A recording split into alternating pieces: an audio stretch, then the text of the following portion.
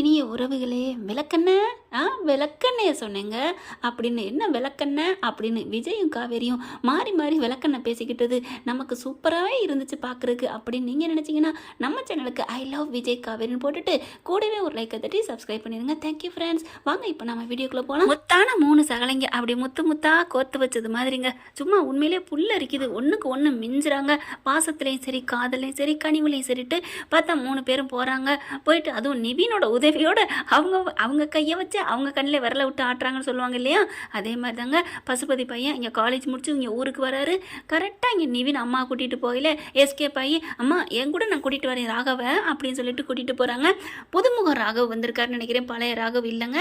இங்கே பார்த்தா அந்த ராகவனை கூட்டிகிட்டு போய் கடத்தி வச்சுட்டு பசுபதிக்கு வந்து பிளாக்மெயில் பண்ணுறாங்க. அவர் என்ன பண்ணுறாரு, அலறி அடிச்சுட்டு ஐயோ என் பிள்ளைய விட்டுரு அப்படின்னு சொல்லிட்டு ராகினி துடிக்குது. அப்பா நம்ம புள்ள முக்கியம்ப்பா, நம்ம தம்பி முக்கியம்ப்பா அப்படின்னு பத்திரத்தை எடுத்துகிட்டு கொண்டே கொடுக்குறாங்க. கொடுத்தா விஜய் எப்படி பத்திரத்தை பார்த்த கையோட தெரிஞ்ச போது அது போலி பத்திரம்னு செம்ம கொடுத்து கலட்டுறாரு பசுபதியை. அப்படி வச்சு நொங்குறாரு. என்னடா நினச்சிட்டு இருக்க, நான் என்ன இழிச்சவன் நினச்சியா, நான் என்ன அந்தளவுக்கு சொங்க நினச்சியா, இது போலி பத்திரம், ஒழுங்கு மரியாதையா ஒரிஜினல் பத்திரத்தை கொடுத்துட்டு உன் பிள்ளைய கூட்டிகிட்டு போ அப்படின்றாங்க. என்ன ப்ரோ சொல்கிற, என்னப்பா என்ன சொல்கிற அப்படின்னு நிவின் வந்துட்டு குமரன் வந்துட்டு அப்பாவே கேட்குறாரு. இது போலி பத்திரமா, அப்படிலாம் இருக்குதா அப்படிங்கிறாங்க. அண்ணே ஐயோ அண்ணே நீ என்னண்ணே நீ இப்படி இருக்கிற அந்த காலத்தில் அப்படின்னு சொல்லிட்டு விஜய் ப்ரோ நல்ல வேலை நீங்களாவது கண்டுபிடிச்சிங்க அப்படிங்கிறாங்க. அடுத்து பார்த்தா வேற வழியே இல்லை, நான் ஒரிஜினல் பத்திரத்தை கொண்டு வரேன் அப்படின்னு கிளம்பையில வாராகினி. என்னது வாராகினியா, நீ வாமா செல்லாம் அப்படின்னு சொல்லிட்டு விஜய் போயிட்டு ராகினி கையும் பிடிச்சி இழுத்து கட்டி போட்டுறாங்க. அதுக்கப்புறம் பசுபதி போயிட்டு என்ன பண்ணுறதுன்னு தெரியாமல் தவிக்கையில், இங்கே பார் ஒழுங்கு மரியாதையாக நீ வந்து ஒரிஜினல் பத்திரத்தோட வந்தீன்னா உன் பசங்க 2 பேர் உயிரோட உனக்கு கிடைக்கும். இல்லைன்னு வச்சுக்கவேன் நான் காவேரிக்காக என்ன வேணாலும் செய்வேன், அது உனக்கே தெரியும். நான் ஜெயிலுக்கு போனாலும் பரவாயில்லன்ட்டு பப்ளிக்கா உன்ன மாதிரிலாம் தலைமறைவா தெரிஞ்சும் தெரியாமல் அப்படிலாம் சம்பவம் பண்ண மாட்டேங்க பசுபதி. நான் கண்டிப்பாக நேரடியாக வச்சு செஞ்சுட்டு 2 பிள்ளையும் உனக்கு இல்லாமல் பண்ணிவிட்டு நான் ஜெயிலுக்கு போயிட்டு 6 வருஷத்தை 6 நொடியாக அப்படி நொடி பொழுதுல என் பொண்டாட்டி காவேரி நினச்சிக்கிட்டே வாழ்ந்துட்டு வெளியில் வந்து அதுக்கப்புறம் என் பொண்டாட்டியை பார்த்து வாழ்ந்துட்டுவேன். ஆனால் உனக்கு உன் பிள்ளைங்க 2 கிடைக்காம போயிடும். என்ன நினைக்கிற அப்படின்னு சொன்னோன்னே பசு ஐயோ என் பிள்ளைய ஒன்றும் செஞ்சிடாத, உனக்கு நான் பத்திரத்தோடு வர்றேன் அப்படின்னு சொல்லிட்டு வேகமாக போகிறான் பசுபதி. என்னங்காச்சுன்னு அவங்க அம்மா துடிக்கிறாங்க. அதாவது பசுபதியோட பொண்டாட்டி துடிக்கிறாங்களா, ஒன்றும் இல்லடி அப்படின்னு சொல்லிட்டு வேகமாக பீரோவில் போட்டு எங்கே காணோம் ஐயோ காணமே அப்படின்னு தேடையில, என்னங்க தேடுறீங்க, இங்கே ஒரு பத்திரம் வச்சுருந்தேன் எங்கேடி அப்படிங்கிறாங்க. அந்த பத்திரமா அந்த இங்கே வச்சுருக்கேன் அப்படின்னு சொல்லிட்டு வேறு இடத்துல எடுத்தாந்து கொடுக்குறாங்க. நல்ல வேலை வச்சுருந்தியே அப்படிங்கிற, ஏங்க என்னாச்சு அப்படிங்கிறாங்க. இது தாண்டி நம்ம பிள்ளைங்களோட உயிரை காப்பாற்ற வேண்டியது அப்படிங்கிறாங்க. என்னங்க என்கிட்ட ஒன்றுமே சொல்ல மாட்டேங்கிறீங்க, சொல்லுங்க அப்படின்னு சொன்ன கையோட, உன்கிட்ட சொன்னால் மட்டும் என்ன பண்ண போகிற, பேசாமப்ப அப்படின்னு சொல்லிட்டு போக, அட பாவி கட்டின பொண்டாட்டியை கூட இப்படி மதிக்காமல் போறியே, கொஞ்சமாவது எனக்கு மதிப்பு கொடுக்குறியா, என் உணர்வுக்கு ஒரு வாட்டியாவது கொஞ்சம் கூட ரெஸ்பான்ஸ் கொடுக்க மாட்டேங்கிறீல, உனக்கு இருக்குடா, நீ போகிற இடத்துல நீ நல்லா முந்து போடுவ அப்படின்னு சாபம் கொடுக்குறாங்க. அது என்னமோ உண்மைதாங்க. அந்த பத்திரத்தோட வேகமாக வராரு பசு, கொண்டு வந்து வேகமா விஜய் எங்கடா இங்கே இருக்கு அப்படிங்கல. பார்த்தா இவங்க ரெண்டு பிள்ளைங்களையும் கட்டி கிடக்கு. எங்கே காணோம் அவங்கள, என்னப்பா ராகினி என்னம்மாச்சு, ராகவ் எங்கே அவங்க தெரியலப்பா அப்படிங்கிறாங்க.